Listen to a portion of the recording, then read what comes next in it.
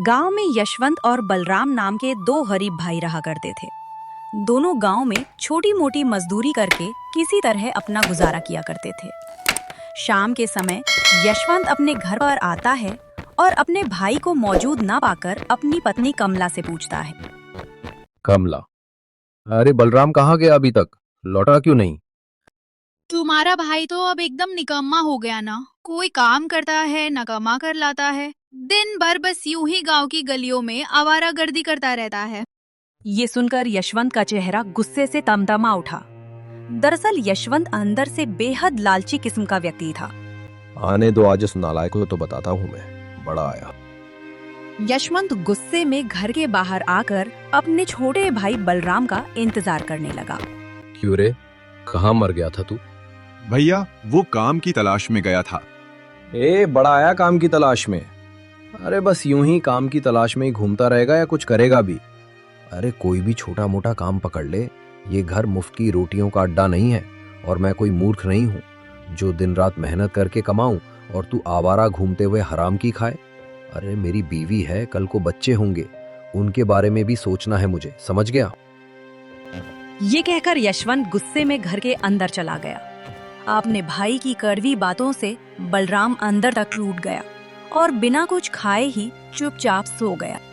तुम्हें पता है, तुम्हारे भाई ने खाना तक नहीं मांगा। चलो अच्छा ही हुआ, एक वक्त का खाना तो बचा। ये सब ठीक है, लेकिन कल को जब हमारे बच्चे होंगे तब तुम अपने भाई का क्या करोगे? अरे सीधा सीधा बोलो कमला, कहना क्या चाहती हो? तुम मूर्ख के मूर्ख ही रहोगे। आज वो कुंवारा है इसलिए चुप है। कल को उसकी भी बीवी आएगी और वो भी इस घर में हिस्सा मांगेगी। आधा घर तो उसके हिस्से में चला जाएगा, फिर हमारे बच्चों के लिए क्या बचेगा? ये सुनकर यशवंत एकदम चौंक गया। अच्छा तो फिर क्या करना चाहिए कमला? करना क्या है, उसे साफ कह दो, या तो काम करके घर का खर्चा उठाए वरना घर छोड़ दे। जो नहीं कमाता उसका इस घर पर कोई हक नहीं। यशवंत तो वैसे ही मन लंबे समय से अपने भाई को घर से निकालने की योजना बना रहा था। पत्नी का साथ मिलते ही वो पूरी तरह तैयार हो गया।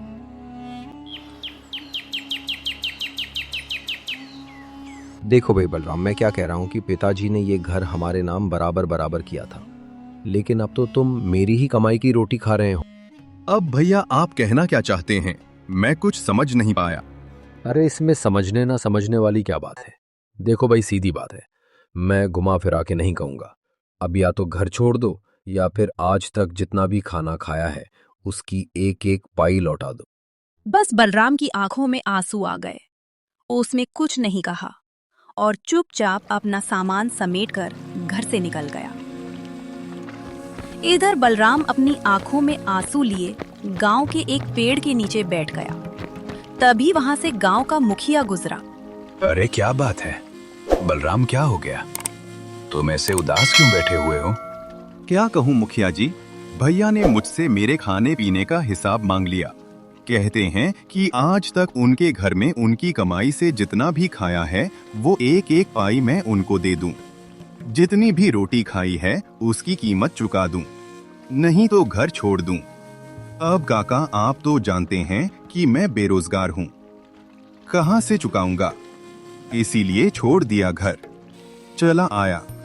सब कुछ पीछे छोड़कर सब पीछे छोड़ दिया मैंने। बलराम का चेहरा आंसुओं से भीगा हुआ था। अब वो पूरी तरह अकेला हो गया था। बस बस, शांत हो जा बेटा, शांत हो जा। दिल छोटा मत कर बलराम। गांव के बाहर मेरी एक पुरानी झोपड़ी है, बरसों से खाली पड़ी है। तुम चाहो तो जब तक चाहो वहां रह सकते हो। मुखिया जी, मैं जीवन भर आपके इस उपकार को नहीं भूलूंगा। बहुत बहुत धन्यवाद आपका, बहुत बहुत धन्यवाद। मुखिया मुस्कुराते हुए वहां से चला गया।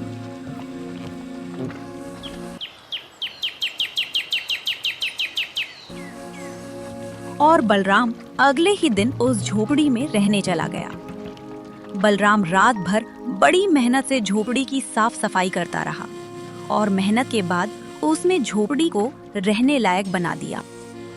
हाँ, अब बताओ बलराम, आगे क्या करोगे? मुखिया जी, मैं कोई बड़ा काम तो नहीं जानता, बस मजदूरी करना ही आता है मुझे। देखो बेटा, गांव छोटा है, यहाँ मजदूरी का काम मुश्किल से मिलता है, लेकिन जंगल में लकड़ियां काटो और दूसरे गांव में बेचो, ये बड़ा अच्छा काम है। लकड़ियां अच्छे दामों में बिकती हैं और कमाई भी बढ़िया हो जाती है।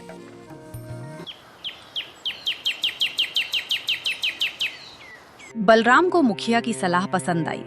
अगले ही दिन बलराम कुल्हाड़ी लेकर जंगल चला गया और लकड़ियां काटकर उन्हें बेचने लगा। कुछ ही समय में उसकी आमदनी अच्छी होने लगी।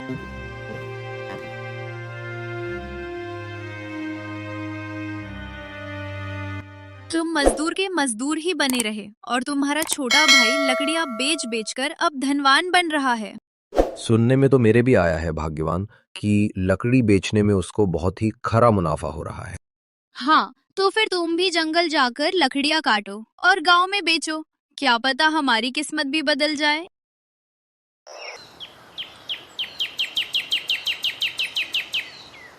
यशवंत ने अपनी पत्नी की बातों पर गंभीरता से विचार किया और अगले दिन कुल्हाड़ी लेकर जंगल की ओर चल पड़ा। हाँ, ये पेड़ की लकड़ियां बड़ी मजबूत लग रही हैं। वृक्ष भी काफी पुराना है। ठीक है, बस यही काट कर बेचूंगा, बड़ा अच्छा मुनाफा होगा। जैसे ही यशवंत कुल्हाड़ी उठाता है, उसकी नजर झाड़ियों के पीछे कुछ चमकती हुई चीज पर पड़ती है। अरे वो क्या है? वो दौड़कर झाड़ियों की ओर गया और देखा एक सुनहरा चमकदार अंडा वहां पड़ा हुआ था, जो चमकीले कीरों की तरह चमक रहा था। हे भगवान, तूने तो पहले ही दिन मेरा भाग्य बदल दिया। सोने का अंडा अगर पहले पता होता तो मैं तो कभी मजदूरी ही ना करता। तभी एक भारी सी आवाज यशवंत के कानों में गूंजी। इस अंडे को ले जाने से पहले एक बात सुन ले। इस अंडे को अपनाना होगा, तभी तेरा भाग्य बदलेगा। अचानक पीछे से आई आवाज से यशवंत चौंक गया और पीछे पलटा। इस अंडे के साथ जो कुछ भी तुझे मिलेगा उसे अपनाना होगा, तभी ये तेरा भाग्य बदलेगा। हाँ महात्मा जी, क्यों नहीं अपनाऊंगा। ये अंडा भी मेरा हो गया और जो कुछ भी इसके साथ है वो भी मेरा है। इतना कहकर यशवंत दौड़ता हुआ घर लौट गया। अरे ये अंडा तो काफी बड़ा लग रहा है और ये पूरा सोने का है। कहाँ से मिला? जंगल में और कहाँ। और सुनो, एक संत मिले थे। उन्होंने कहा कि इस अंडे के अंदर से जो कुछ भी मिलेगा उसे अपनाना होगा, तभी ये अंडा हमारा भाग्य बदल देगा। अजी छोड़िए उन संतों की बातों को। जरा सोचो, इस अंडे को कितने अच्छे दाम पर बेच सकते हैं। पूरा खेत खरीद सकते हैं। हाँ, बात तो तुम सही कह रही हो। वैसे भी बस संत पहेलियों में बातें कर रहा था। जो मिलेगा अपना होगा। अरे जब सोने का अंडा ही मिल गया है, बस अंडे का मिलना ही तो मेरे भाग्य का बदलना है। यशवंत की आंखों में चमक आ गई। एक काम करता हूँ कमला, कल सुबह ही नगरगढ़ जाकर इसे अच्छे सुनार को बेच आता हूँ।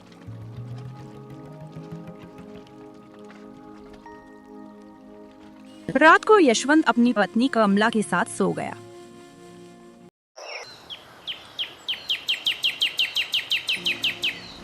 अरे ओ कमला, मेरी प्यारी कमला, उठो उठो, मैं नगरगढ़ की ओर जा रहा हूँ। कमला उठकर बैठ गई। यशवंत जैसे ही सोने के अंडे को उठाने ही वाला था कि अंडा अचानक हिलने लगा और देखते ही देखते फट गया। अंडे के अंदर का दृश्य देखकर यशवंत और कमला दोनों स्तब्ध रह गए। अरे इसके अंदर तो कोयल पक्षी है और ये तो घायल लग रही है, बहुत ही बीमार है। कोयल पक्षी धीरे धीरे आंखें खोलकर उन्हें देखने लगी। अरे लेकिन कमला, संत जी ने तो कहा था कि अंडे के अंदर जो कुछ भी होगा उसे अपनाना होगा। लेकिन ये तो बहुत ही घायल और एक बीमार कोयल है। अगर इसे घर में रखेंगे तो फालतू में गंदगी करेगी और हो सकता है बीमारी भी फैला दे। बताओ तुम क्या कहती हो? तुम सही कह रहे हो। तो फिर इसका क्या करें? इसे फेंक देते हैं। अरे नहीं नहीं, इसे फेंकते नहीं है। एक काम करते हैं ना, इसे बलराम को दे देते हैं। बलराम जैसा मूर्ख ही इसे पाल सकता है। हमें तो बस सोने के अंडे से मतलब है। ऐसे में चिड़िया भी सुरक्षित, अंडा भी हमारे पास और बेचकर मुनाफा ही मुनाफा। हाँ, पहली बार तुमने कुछ सही कहा है। यशवंत कोयल पक्षी को उठाकर सीधा बलराम की झोपड़ी की ओर चला गया। अपने बड़े भाई को देखकर बलराम चौंक गया। अरे बलराम सुनो, ये पक्षी मुझे घर के बाहर घायल अवस्था में मिली है। अरे राम राम, बेचारी बड़ी बीमार लग रही है। अब देखो, मुझे तो पक्षियों से नफरत है, इसीलिए इसे तुम्हारे पास छोड़ने आया हूँ। तुम्हें तो पसंद है ना ये सब। इतना कहकर यशवंत वहां से चला गया और सोने का अंडा लेकर नगरगर की ओर रवाना हो गया। इधर बलराम ने कोयल की ओर देखा। उसकी आंखें कमजोरी से खुल भी नहीं रही थी। ओहो, बेचारी तो बहुत ही कमजोर और घायल लग रही है। मुझे इसे वैद्य को दिखाना चाहिए। वैद्य जी, जरा देखिए तो सही, यह बेचारी कोयल पक्षी बहुत ही बीमार और घायल है। ये लो जड़ी बूटियां, सुबह, दोपहर और शाम, तीनों समय इसके जख्मों पर लगा देना। चिंता मत करो, कुछ ही समय में ठीक हो जाएगी। ठीक है, जाओ। बलराम कोयल को लेकर झोपड़ी लौट आया और दिन रात उसकी सेवा में लग गया। नगरगढ़ से लौटकर यशवंत ने स्वर्ण मुद्राओं से भरी पोटली अपनी पत्नी के हाथ में रख दी। अरे, इतनी सारी स्वर्ण मुद्राएं! अरे मेरी प्यारी कमला, वो अंडा बहुत ही महंगे दामों में बिका है, हम मालामाल हो गए। इसका मतलब मेरी सोच बिल्कुल सही थी। अब एक काम करो, इस धन से एक बड़ा खेत खरीद लो।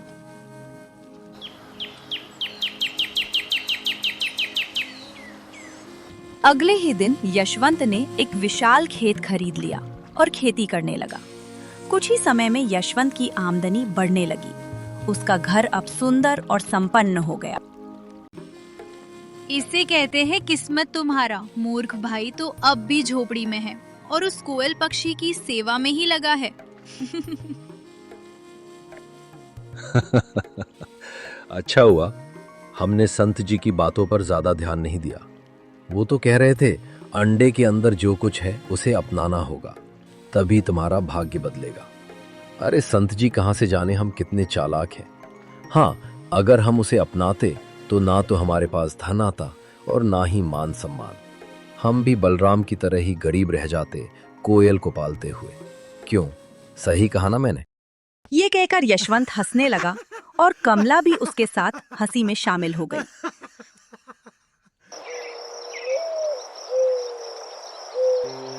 इधर बलराम कोयल पक्षी की सेवा में अपनी जान तक झोंक चुका था। कोयल के जख्म अब लगभग ठीक हो चुके थे, लेकिन वो अब भी बीमार सी लगती थी और उसकी कमजोरी नहीं जा रही थी। ओहो, तुम्हारे सारे जख्म तो भर गए हैं, लेकिन ना जाने कौन सी बीमारी है तुम्हें जो ठीक होने का नाम नहीं ले रही। वैद्य जी भी कह रहे थे कि उन्होंने हर तरह की जड़ी बूटी आजमा ली, लेकिन कुछ असर नहीं हो रहा। क्या करें? बलराम इतना ही बोल पाता है कि अचानक कोयल पक्षी उसकी ओर देखकर इंसानी आवाज में बोल उठती है। मेरी बीमारी जड़ी बूटियों से ठीक नहीं होगी बलराम। कोयल के मुंह से इंसानी आवाज सुनकर बलराम चौंक गया। डर से वह पीछे हट गया और उसे घबरा कर देखने लगा। डरने की जरूरत नहीं है बलराम, कम से कम तुम तो मत डरो। इस संसार में केवल तुम ही हो जिसने मेरी निस्वार्थ सेवा की है, जबकि तुम्हारे भाई ने तुमसे झूठ बोला। अरे क्या मतलब है तुम्हारा? मेरे भाई ने मुझसे झूठ बोला? क्या तुमने नहीं देखा तुम्हारे भाई के दिन अचानक कैसे बदल गए? वो जो एक मामूली मजदूर था, आज उसके पास खेत है, धन है, मान सम्मान है। हाँ, लेकिन भैया शुरू से मेहनती थे, तो हो सकता है कि उन्होंने कोई व्यापार किया हो और मुनाफा हो गया हो।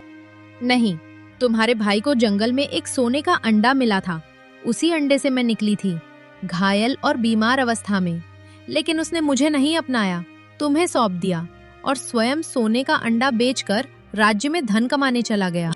ये सुनकर बलराम गहरी सोच में डूब गया। वैसे मुझे इस बात का कोई अफसोस नहीं है। मुझे तो खुशी है कि जब भैया तुम्हें देकर गए थे तो तुम बहुत बीमार थी, बोल भी नहीं सकती थी। देखो, अब तुम्हारे सारे जख्म भी भर चुके हैं। बस तुम्हारी कमजोरी दूर हो जाए, यही मेरे लिए सबसे बड़ा इनाम होगा। मेरे शरीर में जो भीतरी कमजोरी है वो केवल जंगल में स्थित नील तालाब के जल से ही ठीक हो सकती है। नील तालाब का पानी? ओ, लेकिन वहां तो राक्षसी रहती है और जो भी वहां गया है वह कभी लौटकर नहीं आया। राक्षसी वहां हर आने वाले से एक सवाल पूछती है और कोई भी उसका उत्तर आज तक दे ही नहीं पाया। मैं जानती हूँ, लेकिन मेरा जीवन अब उसी जल पर निर्भर है। अगर वो जल मुझे नहीं मिला तो मैं ज्यादा दिन नहीं जी पाऊंगी। इतना कहते ही कोयल की आंखों में आंसू आ गए। अरे अरे, क्या हो गया, क्या हो गया? मैं अपनी सेवा को व्यर्थ नहीं जाने दूंगा। ठीक है, चिंता मत करो, मैं तुम्हें ठीक करने के लिए हर कोशिश करूंगा। अगर नील तालाब का जल तुम्हारा इलाज है, कोई बात नहीं, मैं वो लेकर आऊंगा। हाँ, चिंता मत करो। लेकिन वहां तुम्हारी जान को खतरा है। अरे, मुझे ईश्वर पर भरोसा है। तुम यहीं पर मेरा इंतजार करना, है ना?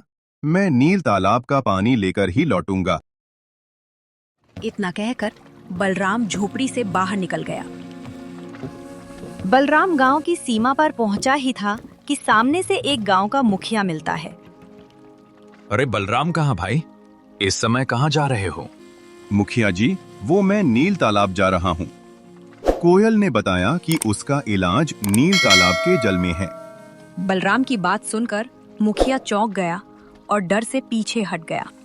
अरे ये क्या बकवास कर रहे हो बलराम? न जाने वो कोयल है भी क्या?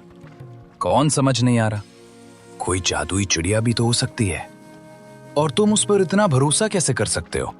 मेरा मन कहता है मुखिया जी कि वो सच कह रही है। अरे पागल मत बनो। तुम्हारा बड़ा भाई यशवंत समझदार था।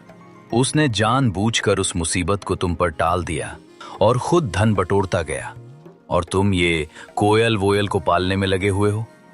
अरे भाई, काम धाम करके आगे बढ़ो। बलराम ने मुखिया की बात का कोई जवाब नहीं दिया और चुपचाप आगे बढ़ गया।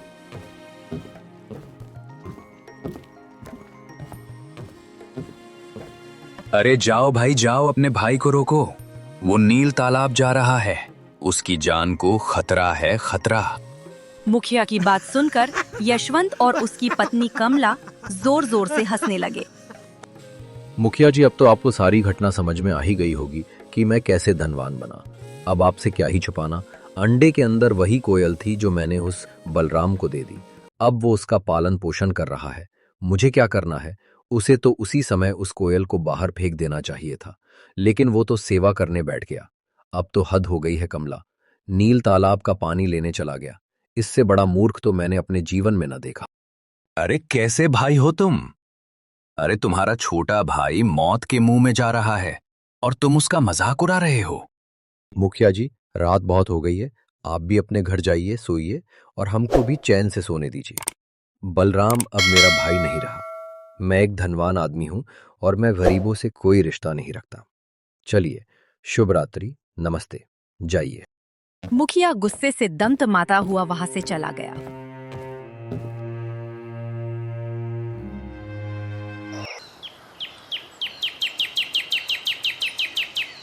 बलराम नील तालाब की ओर बढ़ ही रहा था कि अचानक रास्ते में वही संत मिल गया जो पहले यशवंत से मिला था। रुको पुत्र, कहाँ जा रहे हो? बलराम ने संत को देखकर सारा हाल सुना दिया। तो अब समझ में आया। अच्छा, क्या तुम्हें पता है नील तालाब में राक्षसी वास करती है?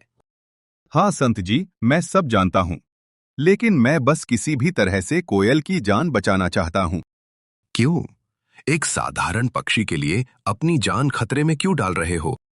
इंसानियत के नाते संत जी।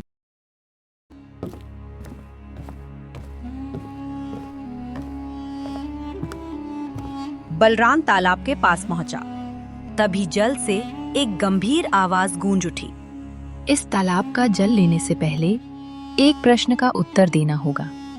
पूछो। मीनवाइले ये बता, तू इस जल को क्यों लेने आया है? बलराम ने पूरी घटना विस्तार से बताई। कुछ देर सन्नाटा रहा, फिर वही आवाज गूंजी। लोग अपने लाभ के लिए जल लेते हैं। तू पहला इंसान है जो एक पक्षी की जान बचाने अपनी जान दांव पर लगाकर आया है। तुझसे कोई प्रश्न नहीं, जितना जल ले जाना है ले जा। बलराम ने तुरंत कलश में पानी भरा और वापस अपनी झोपड़ी की ओर रवाना हो गया।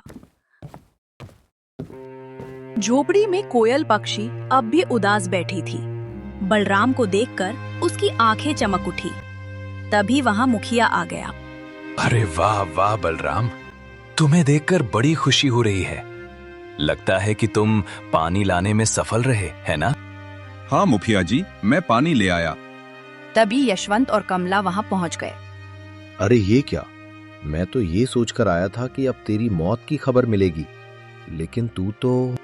बलराम ने कोई उत्तर नहीं दिया। वो सीधे कलश को कोयल के आगे रखता है। हाँ, अब लो कोयल, पहले तुम जल पियो। मैं तुम्हें इस हालत में और नहीं देख सकता। पियो पियो, आराम से पियो। कोयल ने जैसे ही जल पिया, वो रंग बिरंगे प्रकाश में लिपट गई और देखते ही देखते एक सुंदर राजकुमारी में परिवर्तित हो गई। ये देखकर मुखिया, यशवंत और कमला की आंखें फटी की फटी रह गईं। हाँ, तुम तो राजकुमारी सुकेशी हो। तभी अचानक रंग बिरंगे प्रकाश में वही संत प्रकट हुआ। मैंने तुझसे कहा था, अंडे के अंदर जो कुछ भी मिलेगा उसे भी अपनाना होगा, तभी तेरा भाग्य बदलेगा। लेकिन कोयल पक्षी तेरी किस्मत में थी ही नहीं। तूने उसे अपने हाथों से अपने छोटे भाई को सौंप दिया। संत जी, आखिरकार ये सब क्या माजरा है? मैं बताती हूँ। मैं बहुत घमंडी थी। एक दिन जंगल में शिकार करते वक्त मैंने एक कबूतरी को मार दिया। यही संत जी ये सब देख रहे थे। क्रोधित होकर इन्होंने मुझे श्राप दे दिया कि मैं एक घायल कोयल में बदल जाऊंगी। इतना बोलकर वो चुप हो गई। कुछ देर बाद राजकुमारी ने फिर सिर झुकाकर कहना शुरू किया। जब मैंने क्षमा मांगी तो इन्होंने कहा, यदि कोई व्यक्ति मुझे निस्वार्थ रूप से अपनाएगा, मेरी सेवा करेगा और नील तालाब का जल लाकर मुझे पिलाएगा, तभी मैं श्राप से मुक्त हो पाऊंगी। इसीलिए मैंने यशवंत को चेताया था, लेकिन उसने धन चुना और तूने सेवा। मेरे पिता बहुत प्रसन्न होंगे। मेरा कोई भाई नहीं है और मैं तुमसे ही विवाह करूंगी। तुम ही इस राज्य के भावी राजा होंगे। बलराम मुस्कुराने लगा और यशवंत और कमला सिर झुकाकर वहीं खड़े रह गए।